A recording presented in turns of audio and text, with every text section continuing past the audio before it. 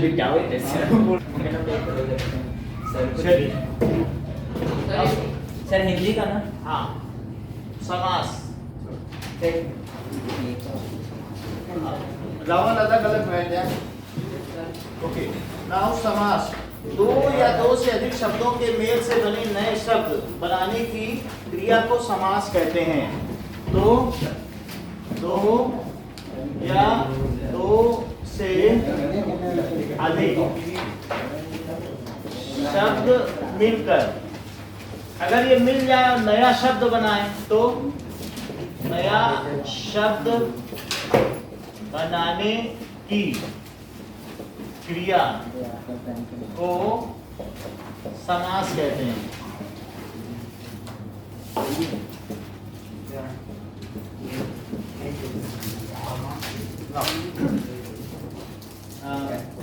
और उनको जब अलग अलग किया जाता है उसे समास विग्रह कहते हैं। ये समास विग्रह बड़ा करना ना, अलग अलग करना। जब अलग अलग करते हैं तो समास विग्रह है। समास के प्रकार देखो तो समास के प्रकार पहला है तत्पुरुष समास। तत्पुरुष समास, कर्मधारय समास, कर्मधारय। प्रार्थना कल किसका पेपर है? थर्ड बहुव्रीहि समास।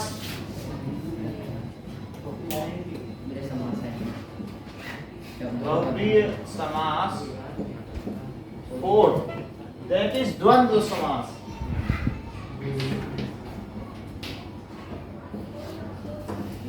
और पांचवा कौन सा है? द्विगु समास। द्विगु भी है, संख्यावाचक समास। चलिए द्विगु जिसमें पहला शब्द संख्यावाचक होता है। और अव्ययी भाव समास। अव्ययी भाव समास। बात मत करो। ओके समास तो पहला समास है तत्पुरुष समास। नाउ तत्पुरुष समास।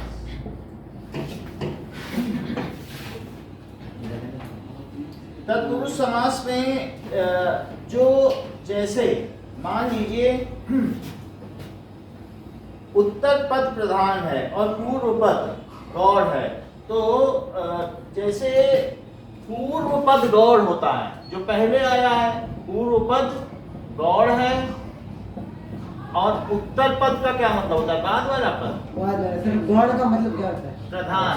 प्रधान that is it is subordinate and it is principal. ये क्या होता है? गौड़ का मतलब है ये छोटा है, इसका कम महत्व होना, कम महत्व। और प्रधान का मतलब सबसे ज्यादा महत्व होना। तो इसमें जैसे हम ये कह सकते हैं कि परलोक गमन। तो परलोक गमन का मतलब कि मर जाना, परलोक गमन। तो ये गमन ज्यादा महत्वपूर्ण है, ये प्रधान हो गया। फिर कहीं ना कहीं कोई गया होगा तो कहाँ गया? दूसरा पद परलोक प्रधान है। और ये कैसा? ये गौड़ हो गया। गौड़ का मतलब है कि लेस इंपॉर्टेंट। इसका मतलब क्या होता है? Less important. और परलोक का अपने आप में मतलब नहीं है कोई, वो गमन कर गया है। अब कहाँ गमन कर गया है तो आप बताओगे परलोक गया है। तो प्रधान है जाना, जाना इसमें ठीक है कि नहीं? गमन का मतलब है कि आगमन, किसी का आ जाना, गमन जाना, ठीक है। और इस तरह परलोक गमन, तो गमन का मतलब चले जाना, गत से गमन बना है। और ऐसे ही जैसे और देख लीजिए कि तत्पुरुष में अकाल पीड़ित, तो इसमें किसे प्रधान कहोगे बताओ?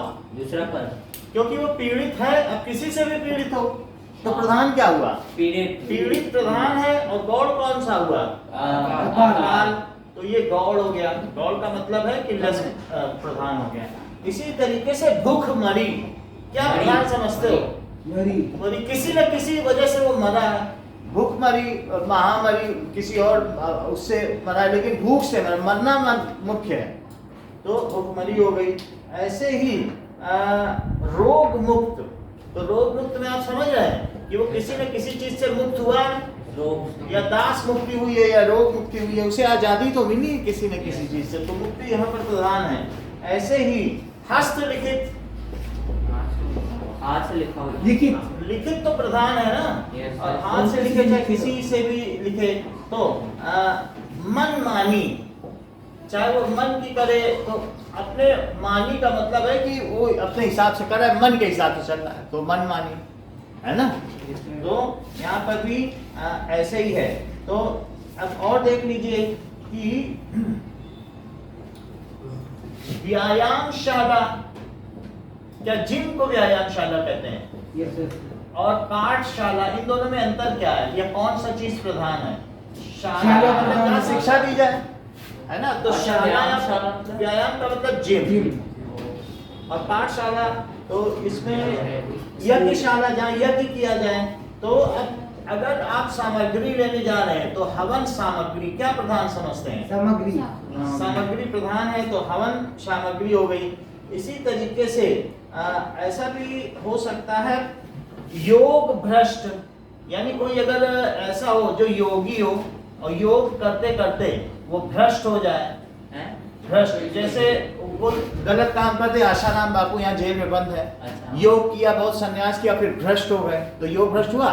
इसी तरीके से पथ भ्रष्ट, किसी सही रास्ते पे चल रहे हो और वहां से आप गलत रास्ते पे निकल गए, चोरी डकैती करने लगे, तो उसे क्या कहेंगे? क्या पथ भ्रष्ट। तो भ्रष्ट होना गलत है, यानी वो भ्रष्ट हो गया। अच्छा, योग के रास्ते से हट गया हो, भ्रष्ट तो एक खुद का भी वर्ड है, बोलते हैं भ्रष्ट। हाँ वो भ्रष्ट है, यानी किसी, तो उस तरीके से प्रधान है, तभी हम उसे अलग से भी बोल पाते हैं। तो योग भ्रष्ट, पथ भ्रष्ट, तो इसमें आपको पता चल गया ना कि कौन सा चीज प्रधान है। दही बड़ा, तो बड़ा होना, दही में डूबा हुआ बड़ा, तो उसको कहेंगे दही बड़ा। अब यहाँ पर अब देखिए, लखपति, उद्योगपति, उद्योगपति इंडस्ट्रियलिस्ट को कहते हैं कि Yes, नहीं? sir. करोड़पति। तो करोड़पति, तो इसमें पति प्रधान है, सर हजारपति भी होता है। हजारपति भी हो सकता है, तो ये प्रधान है। इसी तरीके से करोड़पति, अगर यहाँ पर ये भी, जैसे सचिवालय, शिवालय, आलय का मतलब घर होता है क्या? हाँ, तो yes, sir. सचिव, जहाँ सचिव सारे रहते हैं, तो क्या उसे सचिवालय कहते हैं? सचिव। सेक्रेटरी, सेक्रेटरी का मतलब सहायक, जो प्रधानमंत्री के सहायक हैं, तो वो सब सचिव नहीं होते, that is secretary, secretariat of prime minister. तो जितने भी सहायक हैं या सलाहकार, जो उनको क्या देते हैं? एडवाइजर। सो एडवाइजर्स हाउस, उसको सचिवालय कहते हैं नहीं? दिल्ली में सचिवालय है, तो यहाँ पर भी सचिवालय है, तो वहाँ पर एडवाइजर्स सारे। सर यहाँ पर जहाँ, क्योंकि यहाँ पर भी जितने मंत्री हैं, क्या उनको सलाह की जरूरत नहीं है? जो अलग अलग मंत्री पद में, कैबिनेट है उनका, सर सबको चाहिए। जितने भी मिनिस्टर हैं उनको एक एक सचिव मिलता है। तो आईएएस मिलते हैं उनको, जो सेंटर में, और जो यहाँ पर हैं वो पीसीएस, जो राज्य स्तरीय होते हैं, तो वो सब मिलते हैं। ठीक है कि नहीं? तो अब यहाँ पर आप देख लीजिए, तो देश रक्षा, ग्राम रक्षा, तो क्या प्रधान आप मानते हो? रक्षा तो इसी से आप पता लगा लेना देश रक्षा कि कौन सा इसमें तत्पुरुष समास है। ठीक है। और पुरुषोत्तम, पुरुषोत्तम, पुरुषोत्तम, तो इसमें पुरुषोत्तम, तो उत्तम होना प्रधान है ना, ये तो पुरुषोत्तम ये चीज है। और सिर दर्द, इसमें क्या प्रधान है? दर्द सिर दर्द, तो इसमें दर्द प्रधान हो गया। ऐसे ही अब देखिए, किसी चीज में अगर हम क्या कर दें,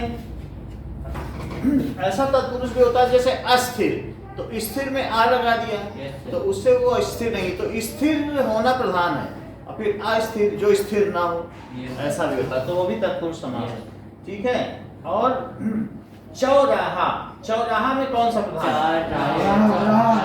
जहाँ चार रास्ते मिलते हो, फिर तिराहा का क्या मतलब सर होता चौराहा है? तीन रास्ते। सर द्विगु भी तो हो सकता है, द्विगु। द्विगु भी, यानी ठीक है, जिसमें संख्या हो उसमें भी हो सकता है। यहाँ पर आप नहीं देख रहे, द्विगु को तो हम अलग से भी देख लेंगे कि किसी भी चीज में जैसे जो भी हो संख्या हो तो वो आ सकता है, और यहाँ पर भी इसमें भी आ सकता है, दोनों में आ सकता है। ठीक है। तो अब हम अगले पे आते हैं, कर्मधारय समास।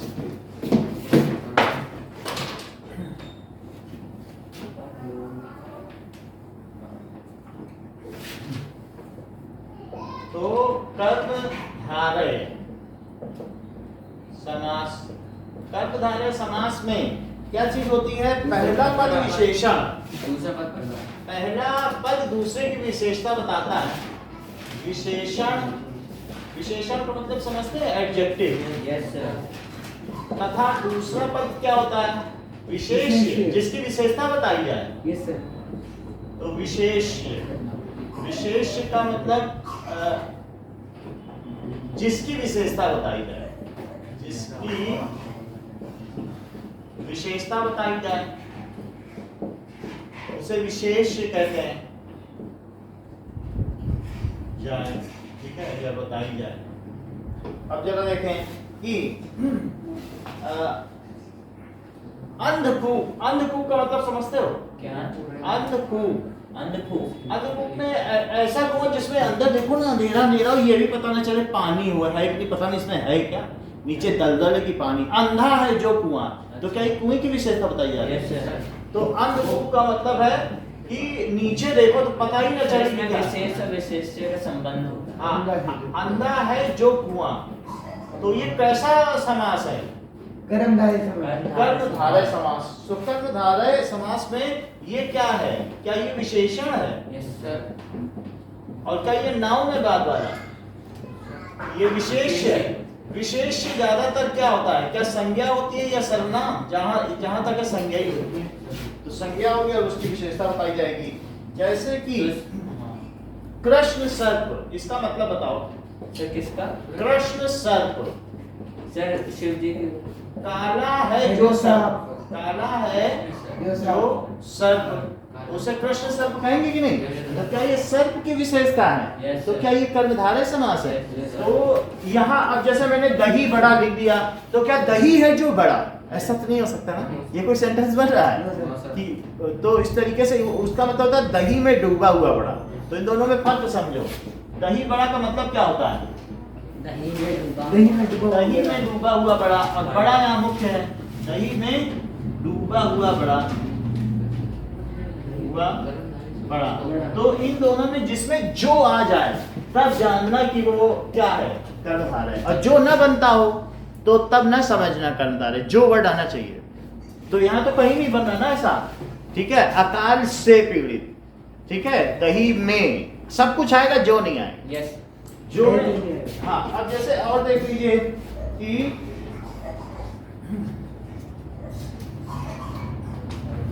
हम कुछ और कर्मधारय के उदाहरण देखें। तो कर्मधारय में कि नील कमल का बताओ क्या होगा? नीला है जो नील कमल, नीला है जो कमल। हम लोगों ने ऐसा कमल देखा नहीं है ना कभी कि सर नीलकमल तो किसी है? चीज का नाम है।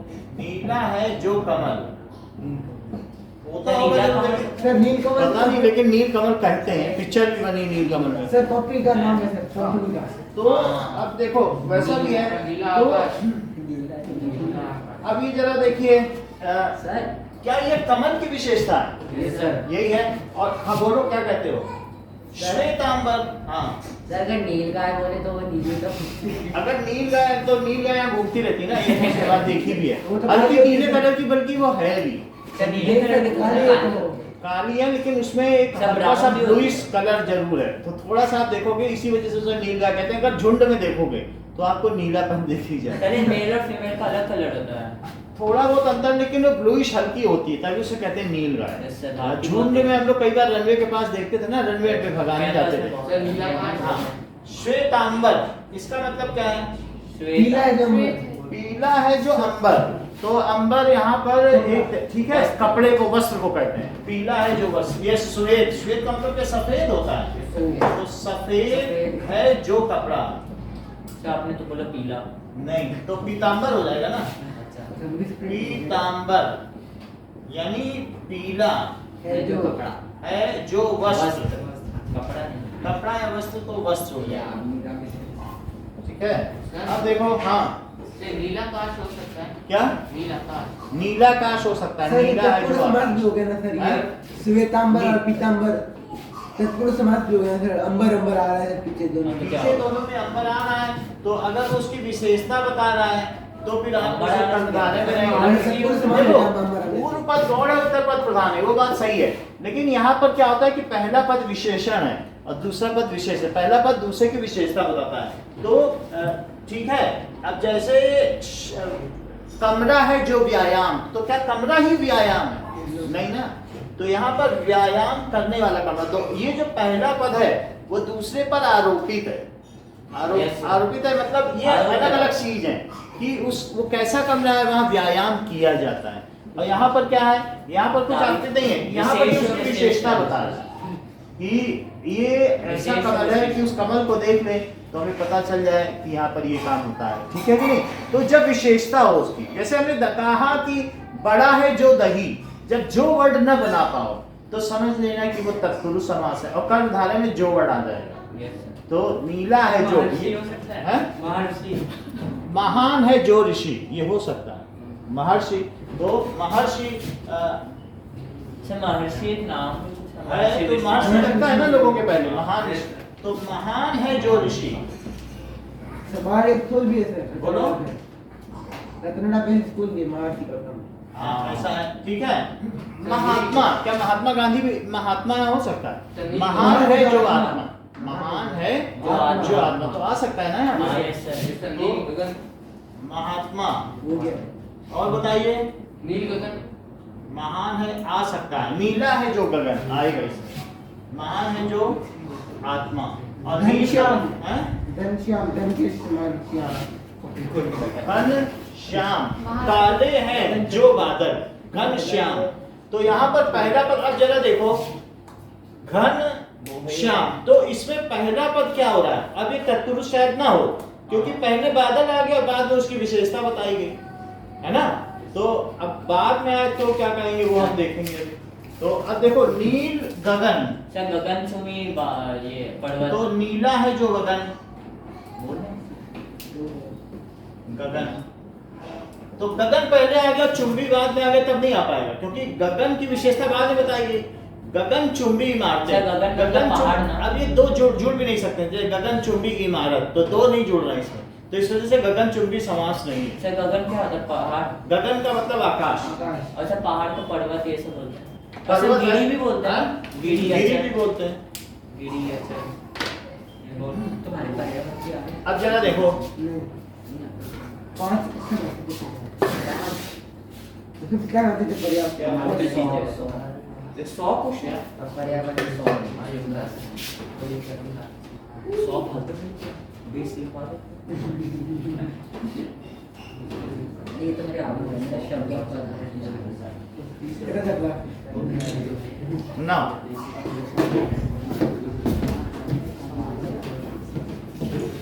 तो हम लोगों ने दो देख लिए, ठीक है। Yes sir.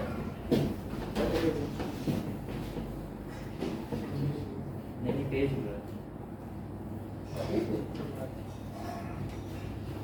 अब देखिए, तीसरा है ई।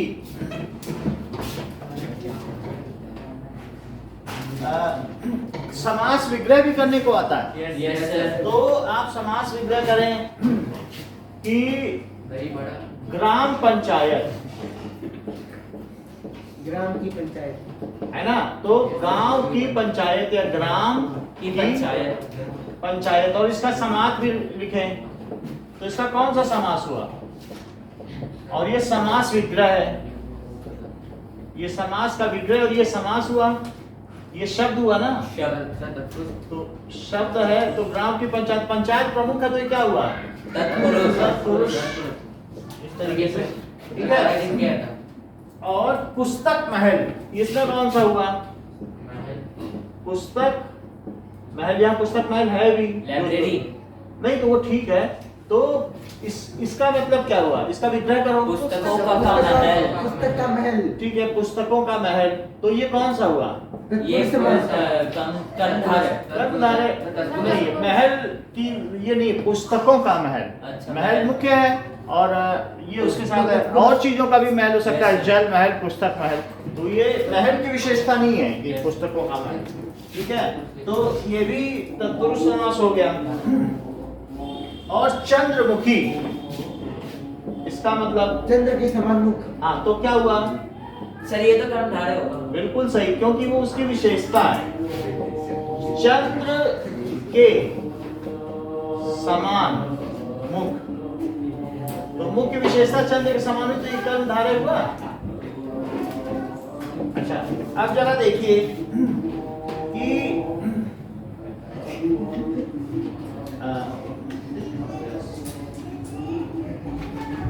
नेक्स्ट इज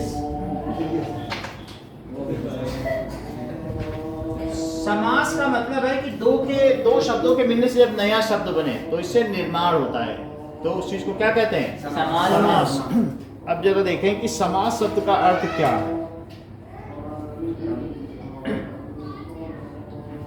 समास शब्द का अर्थ क्या है? समाज विग्रह बड़ा हो।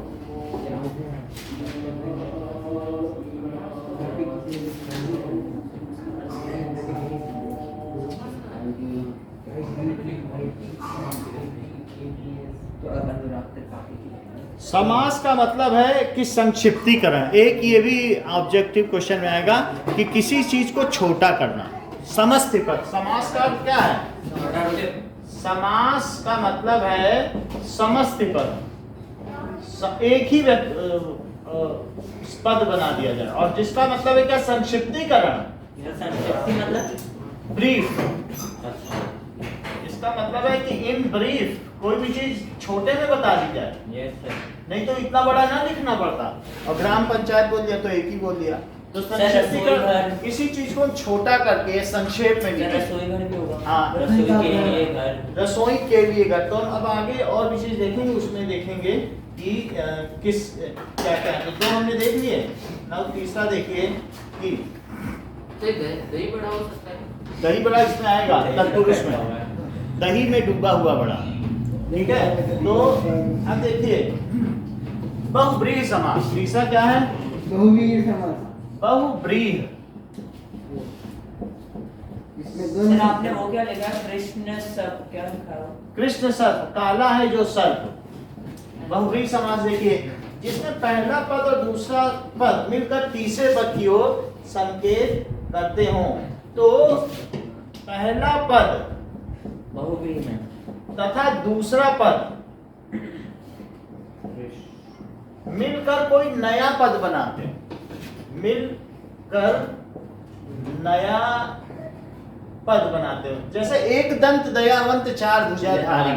तो एक दंत का क्या मतलब है? सर ये तो गणेश जी पे है ना। हाँ, बनाते हो तो एक दंत का मतलब एक दांत वाला नहीं कि भाई हमारे तो सारे दांत टूट गए, एक बचा एक दंत है। आप एक दंत नहीं हो सकते। एक दंत तो गणेश जी हो सकते हैं, क्योंकि उनके दो दांत हैं, एक टूटा हुआ है, एक आधा खंडित है ना। तो सर नीलकंठ ये सभी रहे। हाँ, नीलकंठ शिव जी को कहते हैं। तो ये यहाँ है। सर जिसमें तीसरा पद जैसे त्रिमुखी, वो भी शंकर जी। दशानन, रावण। तो दशानन का क्या मतलब है? दशानन तो 10 है जिसके मुख, लेकिन उसका मतलब ये नहीं कि जो भी 10 मुख वाला हो वो सभी दशानन है। ये रावण के लिए वर्ण है। तो वैसे ब्रह्मदेव के लिए भी कुछ है। 10 है 8 मुख जिसके मुख चतुर्मुख पीताम्बर मुख, ठीक है। अब मतलब ऐसा हो कि दोनों अलग अलग पद हों, लेकिन इससे मिलने से क्या बना? क्या रावण बना? तीसरा पद रावण का चबूतरा यहाँ पर है। अब जब महान है जो भी, ठीक है। वो था ना। अब जरा देखो, इसी तरीके से गजानन किसको कहेंगे? सर गणपति जी का। तो इसका मतलब है कि हाथी जैसा है जिसका आनन। आनन का मतलब समझते हो? मुख। आनन मतलब ये सर सिर भी कहा जाता है। तो गज जैसा आनंद है जिसका आनंद। वैसे जैसा यहाँ पर भी है नील, ठीक है। तो वहां पर भी है गज जैसा आनंद मतलब गज, हाथी जैसा। गज किसे कहते हैं? हाथी कहते हैं ना। हाँ, गज। तो आनंद, जिसका आनंद यानी मुख हाथी जैसा है। सर पीताम्बर भी था ना तो शिव वो जी। गणेश पीताम्बर शिव जी। अगर मान लीजिए पीताम्बर है तो राम के लिखा जाता है कि पीला वस्त्रधारी। तो पीताम्बर है, ठीक है। तो जैसा हो, अगर किसी चीज में, किसी शब्द में या किसी आप रचना में ऐसा वर्ड आ रहा है और उन्हें पीताम्बरधारी कह दिया, तब फिर राम हो जाएंगे। अब यहाँ देखिए कि नीलकंठ का क्या मतलब है? क्या शंकर जी ने जहर पी लिया था तो उसकी वजह से हुआ? तो सर वो निया का क्या लिखा है?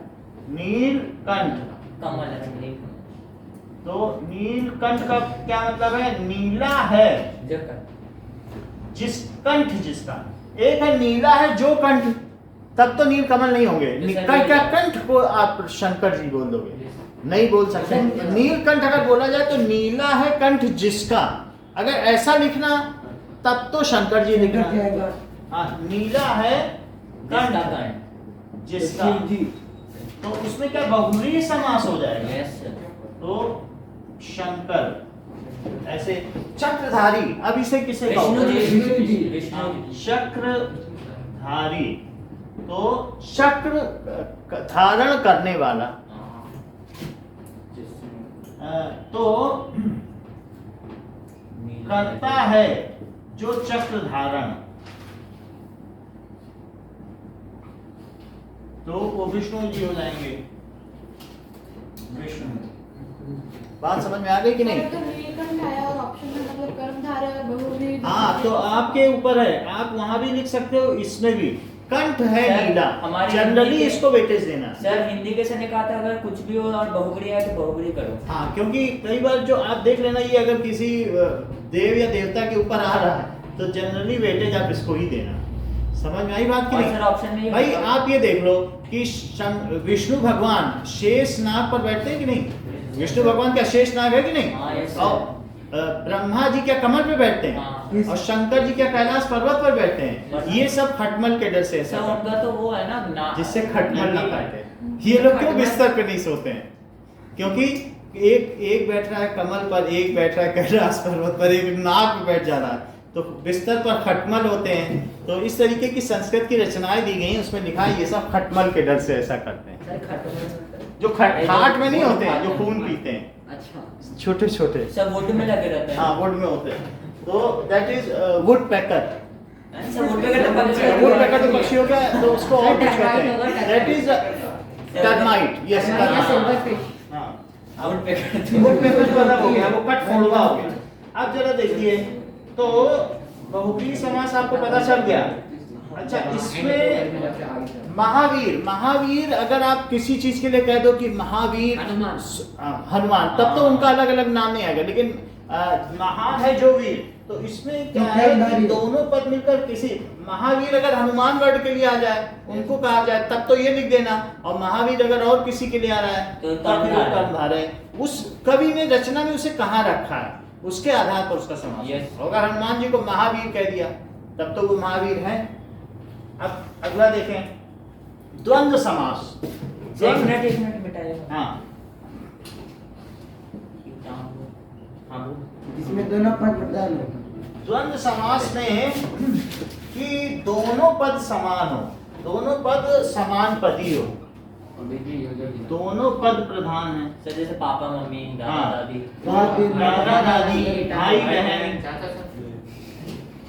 और इसमें और का लोप होता है क्या? हाँ yes sir. And is omitted. योजक की जगह हो। हाँ, और शब्द योजक है। तो इस तरीके से भाई बहन तो बताने की तो जरूरत नहीं है ना, ये तो समझ में आ जाता है। Yes sir. भाई बहन तो भाई और बहन, सर अंदर बाहर। राम श्याम लाभ हानि जीव जंतु, ये सब आ जाएंगे। सर काट। हाँ?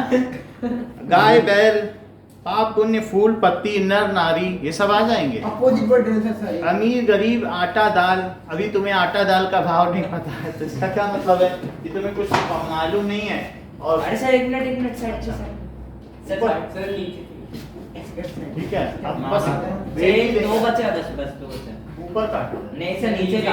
हाँ ठीक है। हाँ, अब देखो कैसे? पांचवा का द्विगु समास। द्विगु क्या संख्यावाचक होता है? Yes, sir. क्या करा पंचवटी। हाँ, क्या चला?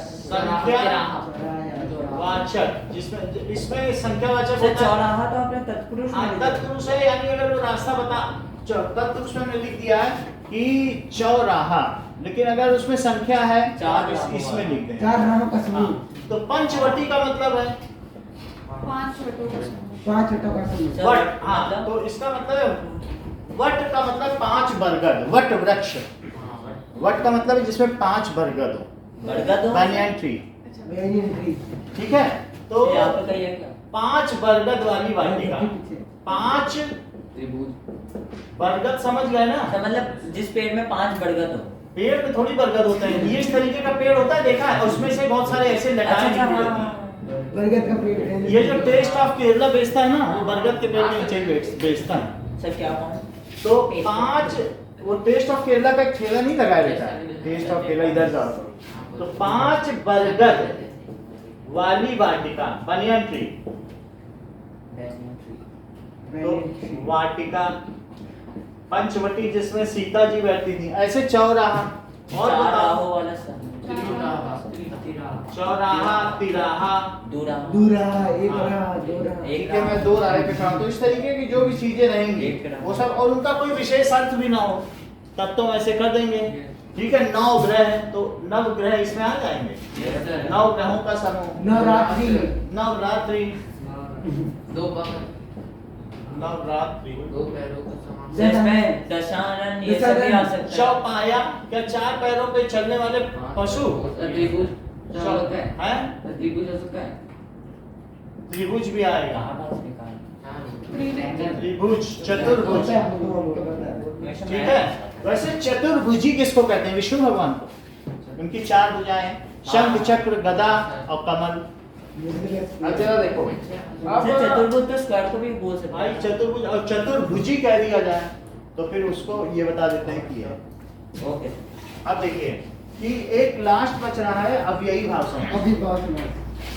पहला सब अव्यय बता। अब देखो कि जिस समास में पहला पद अव्यय हो, तो अव्यय का मतलब समझते हो? अव्ययी भाव समास। जब जैसे भी ये, हो।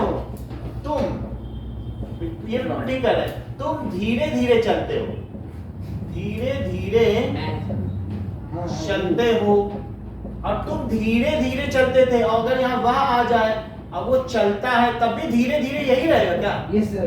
क्या इसमें कुछ, और ये सब बदल गए Yes, sir. क्या? इनमें विकार आ गया यस हाँ, सर। सर। और वह धीरे धीरे चलेगा, फिर से चल में विकार आ गया। Yes. लेकिन धीरे धीरे में कोई विकार आ रहा है कि वो नहीं, वैसे sir. वैसे है? और वे सब फिर भी धीरे धीरे रहेगा क्या? चाहे आप देखें भविष्य काल और भूतकाल और वर्तमान काल, तो धीरे धीरे तो नहीं बदला ना। नो तो सर। इस तरीके से वे सब तब भी धीरे धीरे रहेगा, धीरे धीरे चलते हैं। अच्छा ये बताओ कि अगर मान लो वह काली गाय है तो क्या काली अवयव है? Yes sir. ये बिल्कुल ठीक कह रहे हैं, क्योंकि काली इसलिए अवयव नहीं है कि वह काला सांप है। अब फिर काली से काला बन गया कि नहीं? क्यों इन्होंने बताया कि अवयव नहीं है? और धीरे धीरे को अवयव क्यों बताया? क्योंकि काली लिंग बदलने पर, पुल्लिंग स्त्रीलिंग में भी बदलाव नहीं आ रहा, चलेगी तब भी तो धीरे ही धीरे रहेगा। इसमें क्या है अब फिर? लिंग बदल सर जाए। ऐसे तो फिर मम्मी पापा भी हो सकते हैं ना। मम्मी पापा है तो मम्मी पापा ठीक है, उसमें मम्मी पापा तो ये संज्ञा है, संज्ञा में कोई वो नहीं है। लेकिन जैसे हम विशेषण की बात करें तो जो किसी चीज की विशेषता बताते हैं वही अवयव होते हैं। किसी चीज की जो विशेषता बताए वो अवयव कहलाता है, लेकिन उसमें कोई विकार ना हो। किसके किसके होने से? क्या उसमें काल के बदलने से? काल समझते हो? भविष्य काल, भूतकाल। लिंग के बदलने से, स्त्री पुरुष और स्त्रीलिंग और पुल्लिंग, क्या उसमें भी विकार नहीं आएगा? वह धीरे धीरे चलेगी और वह धीरे धीरे चलेगा, तब भी धीरे धीरे रहेगा कि धीरा धीरा हो जाएगा? नहीं हो जाएगा ना।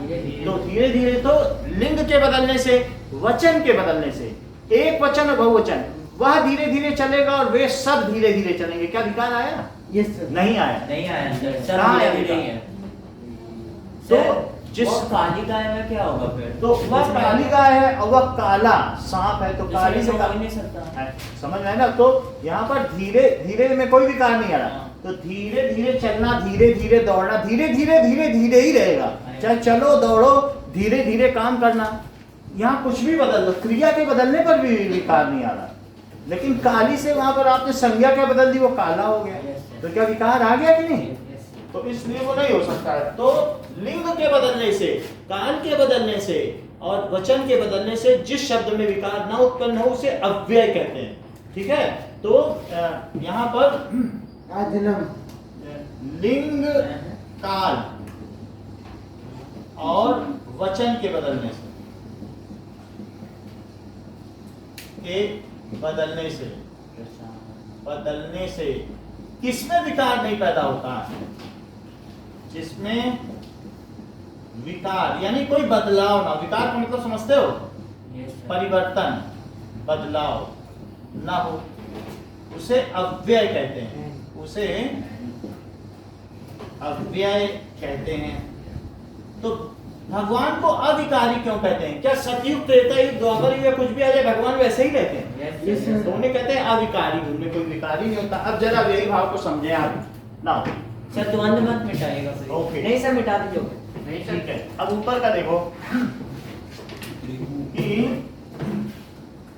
अव्ययी भाव में कि यहाँ पर जब किसी को पहले लग गया आ जन्म, तो आ जन्म यानी पूरे जन्म तक या फिर पूरे जीवन काल तक, जन्म से लेके काल, पूरे जीवन काल तक। सर ये तो क्या है? यहाँ पर आ जो है क्या ये अव्यय है? हाँ। अव्यय क्या? जैसे भीष्म पितामह ने कहा कि मैं आजन्म कुंवारा रहूंगा, तो अब ये जो आ लगा दिया, क्या ये अव्यय है? और ये शब्द को फोकस कर दे रहा है कि वो पूरे जीवन कुंवारे रहेंगे, पूरे जीवन वो राज में सिंहासन पर नहीं बैठेंगे। तो इस तरीके से अव्ययी भाव समास क्या करता है? पहला पद अव्यय होता है, यानी ये आ में परिवर्तन नहीं हो सकता। जैसे आ जन्म और ये इसी तरीके से आकंठ, आकंठ का मतलब है कि वो गले तक पानी में डूबा हुआ था, आकंठ पानी में डूबा। समझ आई बात कि नहीं? Yes sir. तो इस तरीके से आ में आमरण का मतलब क्या होता है? क्या गांधी जी ने कभी आमरण अनशन किया था? मरने तक। आ का मतलब क्या होता है? क्या तक? तो मरने तक। आकंठ गले तक, आकंठ तो आ में परिवर्तन हो रहा है, चीजें बदलती चली जा रही हैं, लेकिन क्या आ बदल रहा है? No sir. तो आ क्या हुआ? अव्यय। आकंठ कि मैं आकंठ पानी में डूबा हुआ, तो मरने तक, मरने तक का अनशन। इसी तरीके से गले तक। तो इसमें अब ये जो आ है ये क्या हुआ? क्या अव्यय हुआ? पहला पद अव्यय हुआ, अव्यय। ठीक है, तो अब जरा देखिए ऐसे कुछ और भी चीजें बताई जाए, जैसे प्रतिवर्ष। क्या प्रति बदल जाएगा? क्या ये कभी नहीं बदलेगा? ये कभी नहीं बदलेगा। प्रतिवर्ष अगर मान लो मैं माह लिख दूं तो क्या प्रति बदल जाएगा? नो सर, कि तब भी नहीं बदलेगा? प्रतिदिन, प्रतिदिन भी हो सकता है। तो प्रति अव्यय हुआ कि नहीं? इसमें कोई बदलाव ही नहीं हो रहा है। सर प्रत्येक हो सकता है, प्रत्येक घंटे। प्रति ही प्रत्येक है, उसको संक्षेप में लिखा गया तभी तो समास बना। तो प्रतिदिन, अब ये सब प्रति में नहीं बदल रहा है। और इसी तरीके से यथा सम्मति, सबकी सम्मति के अनुसार, सहमति के अनुसार। समझ आई बात कि नहीं? तो यथा शक्ति, यथा शक्ति का क्या मतलब है? कि जितनी शक्ति हो उसके हिसाब से। यथा शक्ति दान दो, शक्ति के अनुसार। तो लेकिन क्या यथा बदल जाएगा? नो सर, अनुसार। तो यथा नहीं बदलेगा, तो यथा अव्यय हुआ। तो यथा विधि, यथा सम्मति, तो ये सब क्या हुआ? यथा अव्यय, सम्मति, सबकी सम्मति के अनुसार। तो यहाँ पर आपने देखा अव्यय है, तो इसलिए इसका नाम क्या पड़ेगा? यथा सम्मति क्यों? ये सबकी सम्मति के अनुसार, सबके राजी नामे के हिसाब से। हम पूछेंगे क्या आप सहमत हो? तो अगर आप सब लोग कह रहे हैं हाँ सहमत हो, मैंने कहा फिर हिंदी पढ़ाई जाए, तो आप लोगों ने कहा हाँ पढ़ाई जाए, तो सबकी सहमति तो है। इसमें अव्यय क्या है? अव्यय ये चीजें जो बदले ना, क्या यथा का कभी यथो हो जाएगा, यथी हो जाएगा। आ का क्या कभी ए हो जाएगा, ए मरण, ओ मरण, ई मरण नहीं हो सकता। जो बदले ना, जिससे विकार ना हो। जैसे हमने बताया ना, काली को इन्होंने तुरंत पकड़ लिया, बोले सर काली तो नहीं है, क्योंकि काली तो काला हो जाएगा अगर लिंग बदलेगा। तो ये बात समझ में आएगी नहीं? तो जिसमें विकार आ जाए तो फिर वो अव्यय नहीं। व्यय का मतलब खर्च होना, और अव्यय का मतलब जो खर्च ना हो, जिसमें विकार। व्यय तो समझते हो, हमने पैसे व्यय कर दिए, खर्च कर दिए, है ना? सो आई स्पेंट मनी। तो व्यय का मतलब खर्च होना। तो अव्यय समझ में आ गई बात? अब जरा देखो अगली चीज बताइए। तो हमने समास बता दिए, अब आगे बताओ अगला चीज। अलंकार। ओके, अलंकार देखते हैं। उपसर्ग तो तुमने क्या किया है?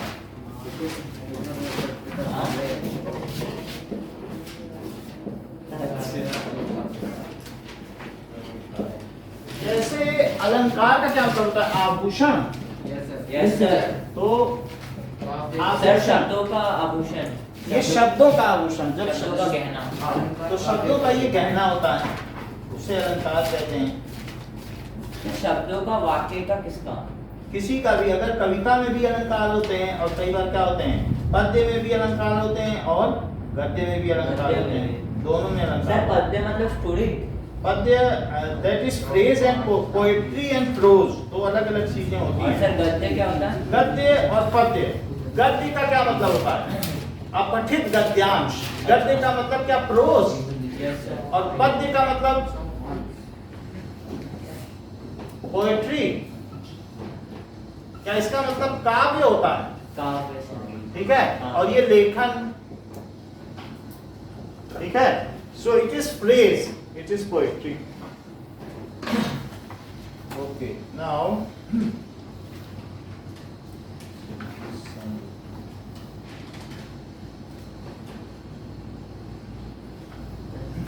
अलंकार आपके में है? Yes yes sir. Sir. Okay ना, अलंकार है? नहीं अलंकार भी नहीं है। सर वो भी नहीं था मेरे में शब्द और पद्य। अलंकार के भेद। आठ होते हैं। आठ होते हैं।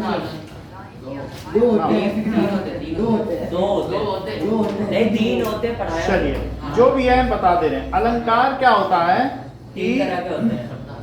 काव्यों की सुंदरता बढ़ाने वाले शब्दों को अलंकार कहते हैं। तो काव्यों की सुंदरता, काव्यों की जो सुंदरता बढ़ा दें उन्हें क्या कहेंगे? दैट इज अलंकार। ना,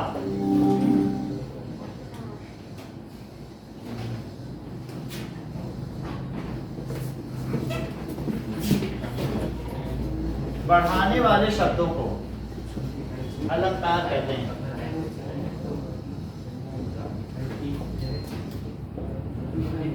अलंकार, अलंकार का मतलब क्या? आभूषण है। Yes sir. ये कहलाते हैं ना। अब देखें,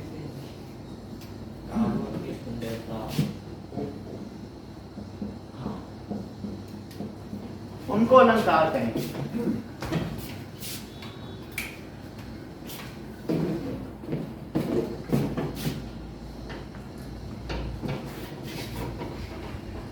जैसे कि अलंकार में, ठीक है, सबसे पहले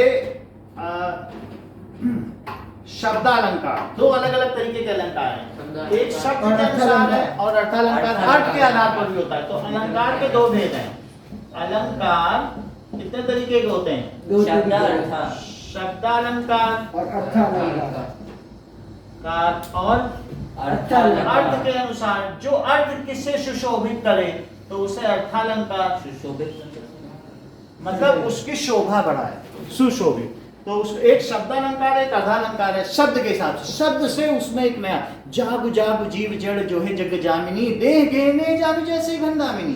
तो उन्होंने कहा, तुलसीदास जी ने कहा कि जागु जागु जीव जड़, हे जड़ जीव तू जाग जा, ठीक है। जागु जागु जीव जड़ जो है जग जामिनी। तो ये जो जग है ये स्वप्न के समान है। देह गेह नेह यानी स्वजन संबंधी, जान जैसे घन दामिनी, जैसे बादल की बिजली है उतनी देर के है ये। तो देह गेह नेह जान जैसे घन दामिनी, जागु जागु जीव जड़ जो है जग जामिनी। तो क्या इसमें जा वर्ण की अधिकता है? यस। और हा वर्ण की भी अधिकता है। देह गेह नेह, तो क्या ये शब्द की आवृत्ति के हिसाब से कर रहे हैं? तो यहाँ पर इसे क्या कहेंगे? अनुप्रास अलंकार। अनुप्रास अलंकार का मतलब शब्द जब शब्दों की आवृत्ति बार बार हो। तो इसके अलग अलग भेद हैं। शब्द अलंकार में पहला टाइप क्या है बताओ? अनुप्रास अलंकार। तो अनुप्रास, जैसे हमने ये बताया कि चाचा ने चाची को चांदनी चौक के चौराहे पर चांदी के चम्मच से चटनी चटाई, तो क्या चा वर्ण की अधिकता हो गई? तो यहाँ पर क्या हो गया? ये चीज हो गई कि नहीं? तो यहाँ पर अनुप्रास अलंकार, कोई भी चीज ज्यादा बार आ जाए तो उसे आप अनुप्रास अलंकार। सर कोई शब्द ज्यादा बार शब्द की वर्ण की अधिकता, वर्ण की आवृत्ति हो, मतलब समझ में आया? हाँ यस सर। वर्ण की क्या हो?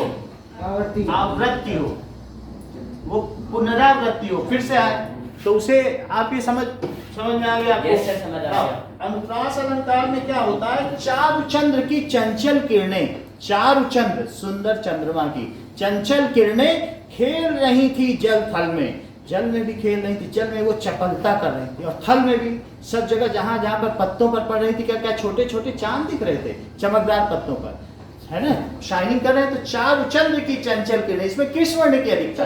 चा वर्ण की, तो इसे अनुप्रास अलंकार कहेंगे। तो अब जैसे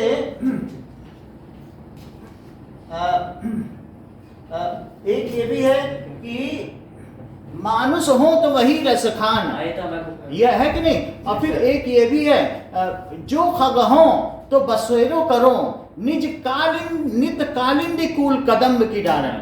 मैं कालिंदी नदी, कूल का मतलब नदी में के किनारे जो कदम्ब का वृक्ष है यानी बरगद का वृक्ष है, उसके डारों में ही नाचूं। क्यों? अगर मैं खग हूं, मैं अगर पक्षी बनूं, तो जहां घनश्याम बंसी बजाते हैं और जो यमुना के किनारे, कालिंदी यमुना को कहते हैं, उसके किनारे जो कदम्ब का वृक्ष है, मैं उसकी डाल पर रहूं। और मानुष हो तो वही रस खान, बसो निज गोकुल गांव के ग्वालन, मैं उनके ग्वाल वालों की तरह रहूं। और जो खग हो तो बसेरो करूं, निज कालिंदी कूल कदम्ब की डालन, तो खग हूं तो ऐसे करूं। और इसी तरीके से उन्होंने बताया है कि भक्त क्या चाहता है, कि वो घनश्याम से जुदा होना ही नहीं चाहता, ये हो तो ये हो, और जो गाय हो जाऊं तो क्या बनो। तो इस तरीके से उन्होंने बहुत सुंदर रचना की है। तो यहाँ पर कालिंदी कूल कदम्ब की डालन, तो क्या का वर्ण की अधिकता हो गई? अब यहाँ पर अर्थालंकार में जो अर्थों के आधार पर, यहाँ वर्णों के आधार पर समझ में आ गया, तो दिख जाता है तुरंत। और इसमें 3 है, कौन कौन से 3 है? क्या यमक है, उपमा है, ये नहीं है, अच्छा रूपक नहीं है, यमक नहीं है सर, यमक नहीं आता है, यमक तो ना, शब्द में होता है। नहीं आप जो बताएंगे वो बता देंगे। इतनी बात समझ आ गई? तो ये चार अलग है, बहुत सारे। सर यमक तो शब्द में होता है। यमक जैसे कि मैं अभी बता देता हूँ कि ये सब अर्थालंकार के कैसे, वो मैं बता दूंगा, लेकिन है या नहीं ये बताओ। नहीं है सर, यमक नहीं है। अरे घर में है यार, पढ़ाया है। अब जरा देखो, हाँ दिखा। ये बताओ कि रघुपति राघव राजा राम में अर्थालंकार है कि शब्दालंकार? क्योंकि रावण की आवृत्ति हो रही है क्या? ठीक है। अब पति तब पावन सीताराम, तो भी पावन की 2 बार आवृत्ति हो गई, तो ये भी हो गई। अब काली घटा का घमंड घटा, इसमें क्या है?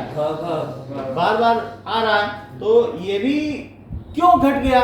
वो घनश्याम के वो जो वो है बाल है, वो इतने घनेरे कि उससे काली घटा का भी घमंड घट गया।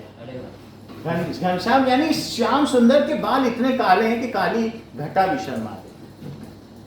तो अब ये नाउ लेट अस सी यमक अलंकार।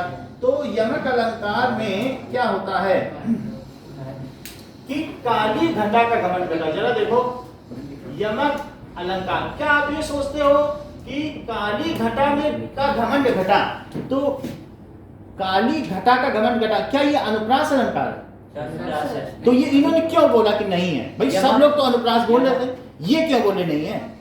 इन्होंने कहा कि जो 2 बार घटा आई है, उन दोनों का अर्थ अलग अलग है। पहली घटा है बादल और दूसरी घटा का मतलब है कि कम। तो आया 2 बार, वर्ण बार बार आते हैं, शब्द की पुनरावृत्ति होती है, लेकिन क्या उनका अर्थ अलग अलग होता है? जरा देखो तो काली घटा का घमंड घटा दिखाई कि नहीं? तो इसका क्या मतलब है? काली घटा का घमंड घटा, तो इसका मतलब है शब्द की पुनरावृत्ति तो होती है, पुनरावृत्ति होती है, आवृत्ति होती है, पर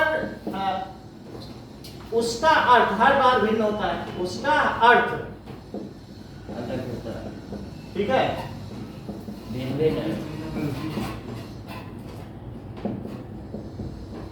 सर, भिन्न तो एक समास भी होता है। भिन्न यानी यहाँ पर उसका अर्थ भिन्न होता है। एक होता है कि अन्य शब्द की रचना हो जाती है, वो बहुब्री होता है, कुछ अन्य ही शब्द बन जाता है, नीलकंठ, नीला कंठ जिसका। तो जरा यहाँ देखिए, तो काली घटा का घमंड घटा, इसमें क्या मतलब है? घटा का घमंड घटा, सर भिन्न का मतलब है। अब जरा देखो कि घटा और घटा, तो ये बादल हुआ क्या? Yes sir. और ये क्या है? कम। ये घट गया, घटना यानी कम होना, कम होना, घट जाना। तो दोनों वर्ड की। अब जैसे देखो कि ऊंचे ये शिवाजी की जो महलों में रहने वाली रानी थी ना, जयशंकर प्रसाद ने रचना की है, ऊंचे घोर मंदिर के अंदर रहने वाली ऊंचे घोर मंदिर के अंदर रहती हैं, और 3 बेर खाती थी सो 3 बेर खाती थी, नगन जड़ाती थी सो नगन जड़ाती हैं। यानी ऊंचे घोर मंदिर के अंदर रहने वाली, जो ऊंचे ऊंचे महलों में रहने वाली थी। मंदिर का मतलब यहाँ क्या है? महल। वो ऊंचे घोर मंदिर के अंदर रहती हैं। जब उन पर औरंगजेब ने आक्रमण कर दिया, उनका राज्य छिन गया, तो वो जंगलों में मंडरा रही हैं, घूमी घूमी फिर रही। तो एक मंदिर का मतलब यहाँ क्या है? बताओ, महल है, और एक मंदिर का मतलब जंगल है क्या? 3 बेर खाती थी, 3-3 बार खाना खाती थी, सो 3 बेर खाती हैं। वो 3 बेर खा के गुजारा कर रही थी। नगन जड़ाती थी, अंगूठियों में नग जड़ाया करती थी, सो नगन जड़ाती हैं। उनके पास पहनने को वस्त्र नहीं है। तो बोलो, हर बार उनका जो शब्द आ रहा है क्या, उनका अर्थ भिन्न भिन्न है। जैसे कि आप ये कह सकते हैं, कनक कनकते 100 गुना मादकता अधिकाय, और या खाए गौराय नर अव्वा पाए गौराय। जरा यहाँ तो देखिए कि बताया गया है कि कनक कनक तो 100 गुनी। कनक का मतलब क्या होता है बताओ? सोना। और दूसरे कनक का क्या मतलब है? पत्थर। धतूरा। ही सही कह रहे हैं कि धतूरा का मतलब क्या होता है? वो जो शंकर जी को शिवरात्रि में चढ़ाया जाता है, जिसपे कांटे होते हैं, क्या वही धतूरा होता है? ठीक है कि नहीं? जब वो बोलता है वो नशा हो जाता है, नशा हो जाता है उसी धतूरे से, तो वो भांग बनाते हैं। तो कनक कनकते 100 गुना, कनक कनकते 100 गुना मादकता अधिकाय, और या पाए गौराय नर। ठीक है, इसका मतलब है कौन ज्यादा खतरनाक है, किसमें ज्यादा नशा है बताओ? दोनों में। धतूरे में। गौराय नर। क्यों? सब ऐसे में वाह खाए गौराय। ठीक है, तो उसको देख आप पाते ही नशा ला। या खाए गौराय नर और वाह पाए गौराय, पाए गौराय। देखो, इसका मतलब है, कनक का मतलब क्या? धतूरा है। तो क्या धतूरे में नशा होता है? अब कनक का मतलब सोना भी होता है क्या? सोने में ज्यादा है। तो कनक तो धतूरे को तो खाने से आदमी बौराता है, और उसको तो पाने से ही बौरा जाता है। तो बोलो किसमें नशा है ज्यादा? तो इस तरीके से दोनों का अर्थ अलग अलग है कि नहीं, दोनों कनक का। तो यहाँ पर आपने यमक अलंकार देख लिया। अगर कहीं पर भी ऐसा हो, माला फेरत जुग गया, और गया न मन का फेर, और मन का डारी दे। जो मन का है, वो कह रहा कर का मन का डाल दे। जो हाथ की मन का है, मन का मतलब मोती होता है क्या? जरा देखो तो, कर का मन का डाल दे, और मन का फेर। मन का मतलब मोती है। तो 2 मन है, एक है मन का और एक है क्या? मन का। तो इस मन का मतलब क्या और इस मन का क्या मतलब है? इस मन का मतलब है मन से है, और इस मन का क्या मतलब? मोती। तो 2 बार मन का आया, तो दोनों बार अलग अलग है। यानी कर की मोती को छोड़ दो, और मन की मोती खोर, मन को बदलाव करो, उंगलियों से माला को फेर। बहुत बात समझ में आई? Yes sir. तो यमक अलंकार हुआ। Yes sir. अच्छा, अगला देखिए कि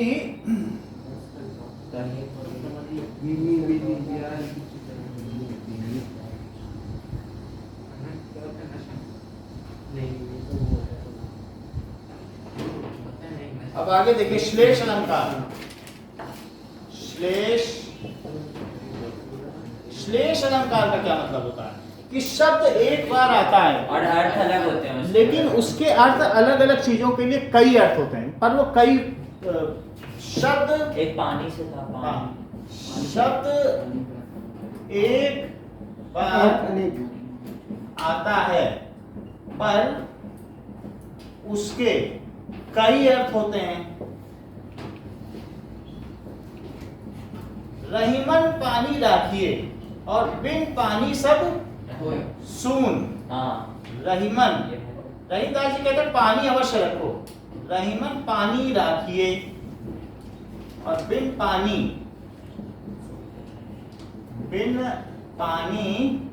सब सून। बिना पानी के सब क्या? सूना सूना है। अब पानी गए न उबरे मोती मानुषून। यदि पानी एक बार चला जाए तो क्या मोती की पॉलिश चली जाए तो क्या फिर मोती बेकार हो जाती है? yes, yes. तो पानी गए न उबरे मोती मानुष और चूना अगर एक बार सूख जाए, मान लो ये हमने चूना इस पे पोता और इसका पानी उड़ गया और फिर पानी डालो तो क्या फिर ये निकल जाएगा, फिर से पोत दें इसको।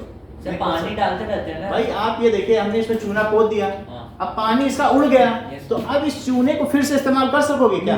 कि एक बार खुरच ले, फिर से घोल ले, फिर से पोत दें, तो कोई चूना खरीदे ही नहीं। एक बार पानी, या फिर पानी रखे हो आप चूने में और 4 दिन बाद 6 दिन बाद सूख गया पानी, तो वो चूना किसी काम का है? पानी के उड़ते ही वो चूना बेकार है, फिर फेंक दो उसको। तो पानी गए ना उभरे, मोती का पानी चले जाए पालिश, तो भी वो बेकार है। मनुष्य का अगर तुम्हारा पानी, तुम्हारी लाज चली गई, सब लोग कह रहे ये तो चोर है, ये तो चोर है, तो फिर क्या तुम फिर उससे उबर सकोगे? अगर मान लो आपका मान सम्मान चला जाए तो वहाँ पानी है, उसका अर्थ मान सम्मान से लिया गया, और चूने का मतलब असली पानी से लिया गया है, अब मोती का अर्थ उसकी चमक से लिया गया है। तो पानी के 3 अर्थ हैं। तो यहाँ पर पानी का अर्थ, जो पानी का अर्थ है, यहाँ पर पॉलिश है, और यहाँ पर पानी का मतलब मान सम्मान है, और यहाँ का मतलब पानी से, बोलो। तो एक ही चीज के 3 अर्थ हो गए कि नहीं? तो इस तरीके से श्लेष अलंकार वे होता है, एक ही शब्द के भिन्न भिन्न अर्थ हो तो उसे क्या कहते हैं?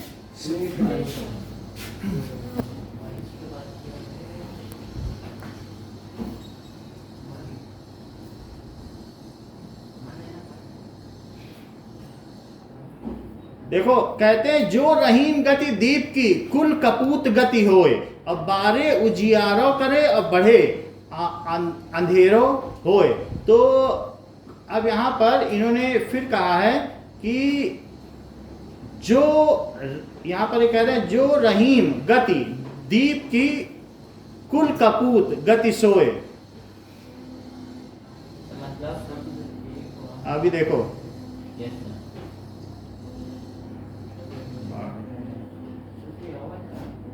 अब जरा देखें कि यहाँ पर जरा देख लीजिए, जो रहीम गति दीप की कुल कपूत गति हो, बारे उजियारो करो। दीप का क्या होता है? अगर बार दो, उसको बुझा दो तो क्या अंधियार, बारे अगर मान लीजिए उसको जला दो तो क्या वो उजियारा कर देता है? और अगर दीप बढ़ जाए, कभी का दीप ऐसा होता है कि दिया जब बुझता है तो बड़ी तेज जलता है, फिर पूरी रुई में आग लग जाती है, जब समझ में बुझने वाला, ऐसा होता है कि नहीं? दीपावली में दिया जाता है, और बढ़े अगर मान लो दीपक की रोशनी बढ़ जाए तो उसके बाद फिर अंधेरा हो जाता है क्या? तो इसी तरीके से कुल कपूत गति सोए, तो कुल के जो कपूत है उनकी गति से होती है। इसमें अभी हमें इसका पूरा अर्थ नहीं, लेकिन दीपक के बारे में तो यही बात सही है ना। इसमें जरूर कहीं ना कहीं इन्होंने कहा है कि श्लेष अलंकार है, जहां पर बढ़े शब्द की, यहाँ पर बढ़ने की में अंधेरा होता है। दोनों शुरू में उजियाला करते हैं, लेकिन बढ़ने पर दोनों इतना ही है। यानी आप समझ गए कि कुल के कपूत में भी यही है कि शुरू में तो वो उजियारा करता है, और बढ़े का मतलब है कि उसमें कपूत अगर कुछ करता है, बढ़े का मतलब यहाँ कि अगर गलत काम कर रहा है। तो उतने वर्ड के 2 अलग अलग चीजों के लिए मतलब है, एक दीप के लिए भी उसका मतलब है और एक कपूत के लिए कि जब उसका जन्म होता है तब तो उजियाला होता है, लेकिन अगर वो उत्पात मचाता है तो अंधेरा हो जाता है। तो इन दोनों का अर्थ एक ही चीज है, ठीक है कि नहीं?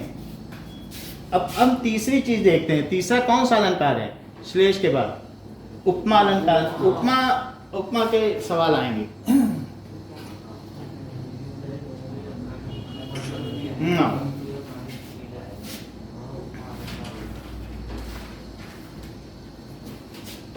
तो उपमा अलंकार का क्या मतलब है?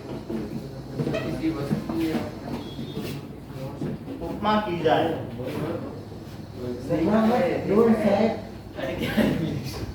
बोलो। बोल रहे हैं, रावण बोले, थोड़ा और तेज बोलो। जहाँ एक वस्तु या प्राणी की तुलना किसी दूसरी वस्तु या प्राणी से की जाए तो उपमा होता है। अच्छा, सो उपमा का इन्होंने बताया कि तुलना की जाए। तो उपमा अलंकार देखें, सजीव और अजीव। और उपकार का समीप से, यानी देखना। तो जब 2 भिन्न वस्तुओं में तुलना की जाती है तो उपमा अलंकार होता है। उपमा अलंकार का क्या मतलब है? उपमा, तुलना, अलंकार, जहां 2 भिन्न वस्तुओं में तुलना की जाए। जब 2 भिन्न वस्तुओं में तुलना की जाए।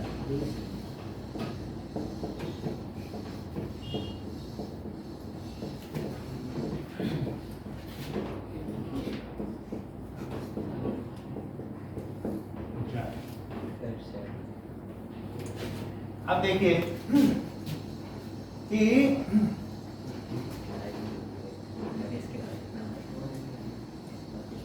अगर हम ये कह रहे हैं कि मुख चंद्रमा के समान सुंदर है या गुरुपद कोमल कमल से, तो इसका क्या मतलब है?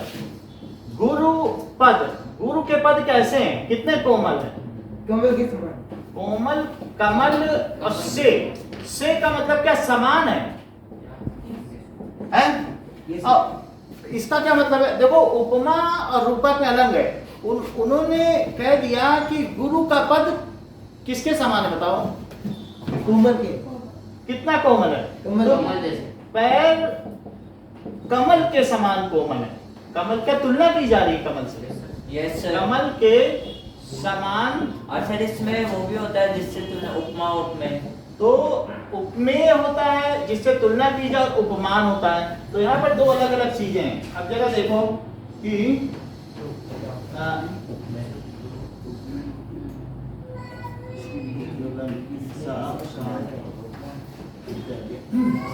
तो हृदय यहाँ पर क्या है कि ये उपमेय है। जो पद है क्या है?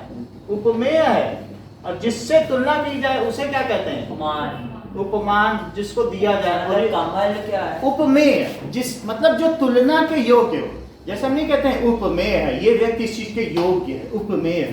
तुम जो है मतलब किसी चीज के लिए ध्येय हो, मतलब तुम ध्यान धरने योग्य हो, ऐसे नहीं कहते हैं, ये लगाते हैं। तो उपमेय का मतलब तुलना के योग्य, और उपमान जिसको तुलना की जाए। तो ये चीज होगी। और अगर मैं कह दूं चंद्रमुखी, तो कहते चंद्रमा है मुख जो, अब उसको उस पर आरोपित ही कर दे, बोला चंद्रमा अलग नहीं है, तुम ही तो चंद्रमा हो।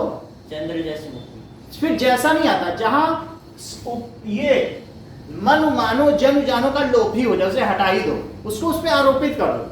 बोला तुम्हारा मुख ही चंद्रमा, वो कोई चंद्रमा दूसरा नहीं है, तो बोलो वहां वो रूपक हो जाएगा क्या? Yes sir. उसी को वो मान लो, चंद्र है ना। तो कहते हैं कहा तुलना करें तुम ही चंद्रमा। गुरुपद कोमल कमल है, तब क्या रूपक हो जाएगा? और ये कहते हैं गुरुपद कोमल कमल से, ये रोटी मक्खन के समान मुलायम है, तब तक उपमा है। और ये कहते हैं ये रोटी मक्खनी तो है, तब क्या हो जाएगा बताइए? रूपक। रूपक समझ आए कि नहीं? उसका आरोपण कर दिया जाए। तो यहाँ पर ये बात होती है कि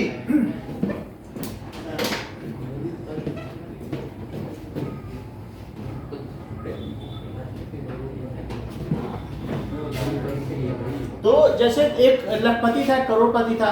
तो लखपति पहुंचा करोड़पति के पास, दोनों कंजूस थे। तुम इतने करोड़पति कैसे? चलो कोई बात नहीं, हम बता देंगे, चलो कुछ खिलाए पिलाए। तो एक जगह गए तो उन्होंने बोला कि चलो एक एक डबल रोटी दो। तुम्हारी डबल रोटी ठीक तो है?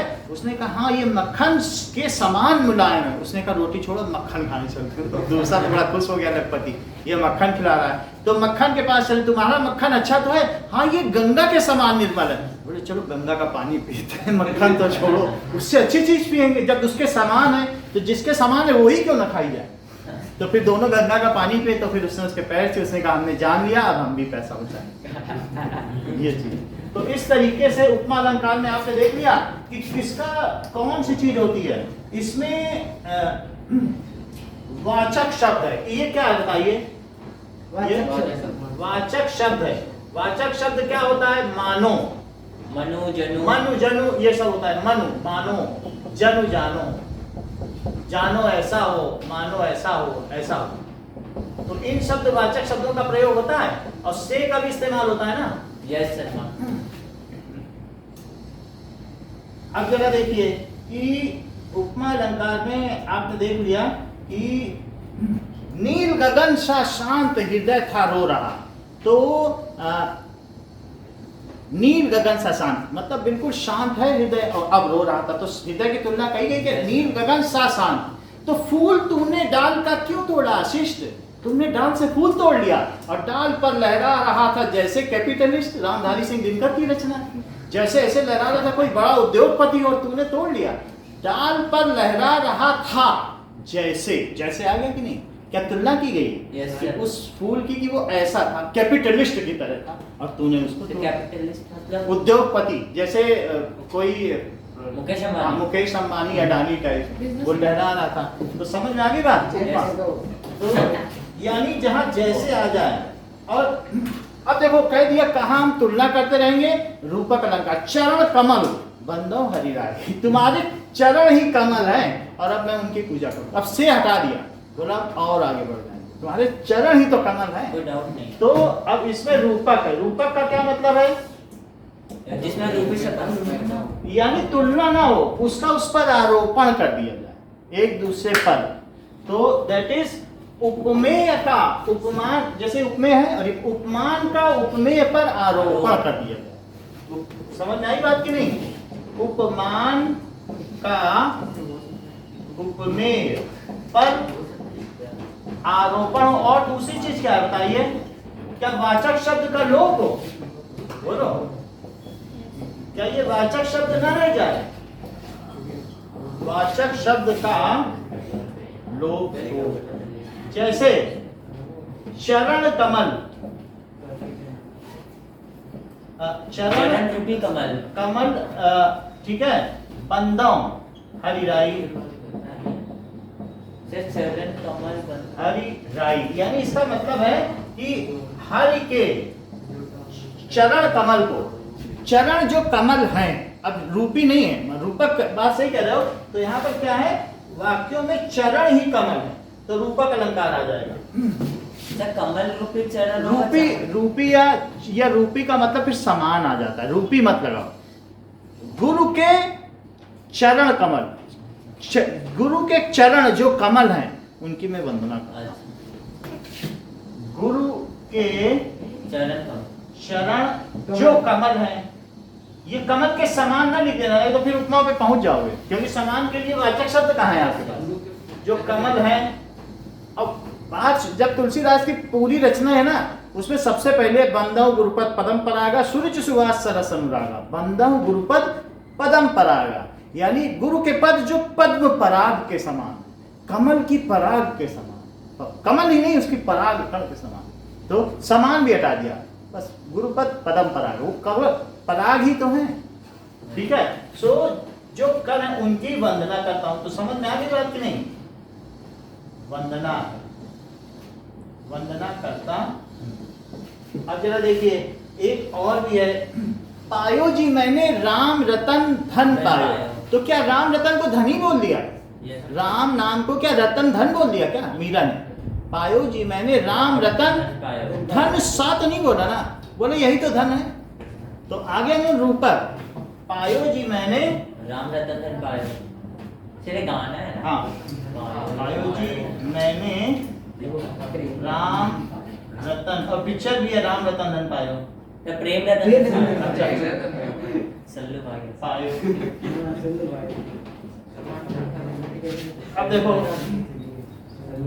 ठीक है, अब बाकी और भी है, लेकिन वो हम जैसे नहीं है, कुछ ऐसी भी चीजें हैं कि उत्प्रेक्षा अलंकार। उत्प्रेक्षा अलंकार का मतलब है कि मुख मानो चंद्रमा, यानी चंद्रमा जैसा नहीं है लेकिन मान लिया, तो उसको क्या कहते हैं? अभी है, अभी 10 मिनट है। मुख मानो चंद्रमा, इसका क्या मतलब है कि मुख चंद्रमा जैसा है, यानी कल्पना कर रहा है, अभी है नहीं, तुलना भी नहीं की, तो उत्प्रेक्षा हो जाएगा। यानी उत्प्रेक्षा में क्या होता है कि मानो चंद्रमा, जैसे उपमा में तो वही होता है, मनु मानो है, तो इसमें थोड़ा सा अंतर है। जैसे उसमें उत्प्रेक्षा अलंकार में क्या होता है कि आप जरा देखें,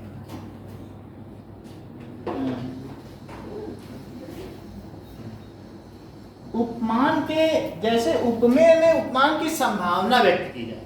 अब यहाँ पर जैसा आप यहाँ से लगा दो बस, से या समान, और यहाँ पे संभावना कि शायद वो ऐसा हो। चंद्रमा मानो की मुख है, अभी है नहीं लेकिन उतना बनने का प्रयास कर रहा है, तब क्या कहेंगे? उत्प्रेक्षा अलंकार। अब एक और अलंकार है, लिख नहीं रहे, लेकिन अगर कहीं पर आ जाए तो आप ये समझ लो, मानवीकरण। मानव तो एक है, ठीक है, मानवीकरण भी है, वो भी एक अलंकार होता है कि वो जैसे ये कहते नहीं है कि वो काले मेघा तो उमड़ घुमड़ कर आए मेघा, और जैसे नाचते ठुमकते आए मेघा, तो जैसे मेघा कोई मनुष्य है क्या? तो ठुमकते ठुमकते आए, मनुष्य की तरह उनको दिखाया जा रहा है, बन ठन के आए बादल, तो मानवीकरण हो गया। और एक है अतिशयोक्ति। अतिशयोक्ति हैं? तो किसी चीज को बढ़ा तो चढ़ा सर ये बंठन के ये भी तो हो सकता है बात। मतलब अतिशयोक्ति जैसे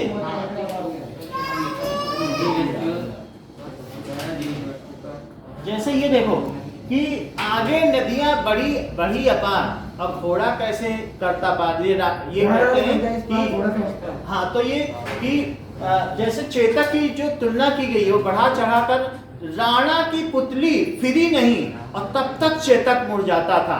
ठीक है, पड़ता न कभी चेतक तन पर राणा प्रताप का कोड़ा था।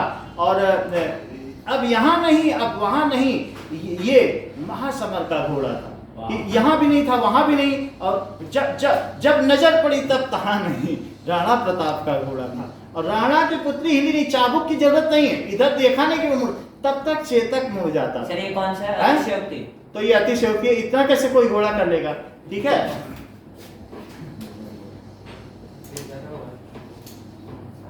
अब देखिए ये तो अगली बात बताइए, ये तो हमने आपको अलंकार के बारे में बता दिया। अगला क्या है? नहीं, अलंकार के अलावा भी कुछ है?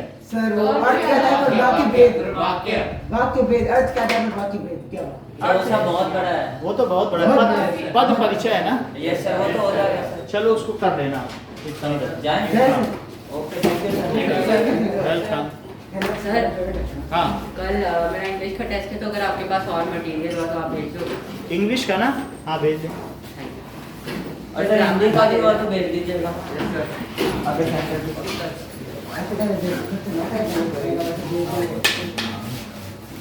दे,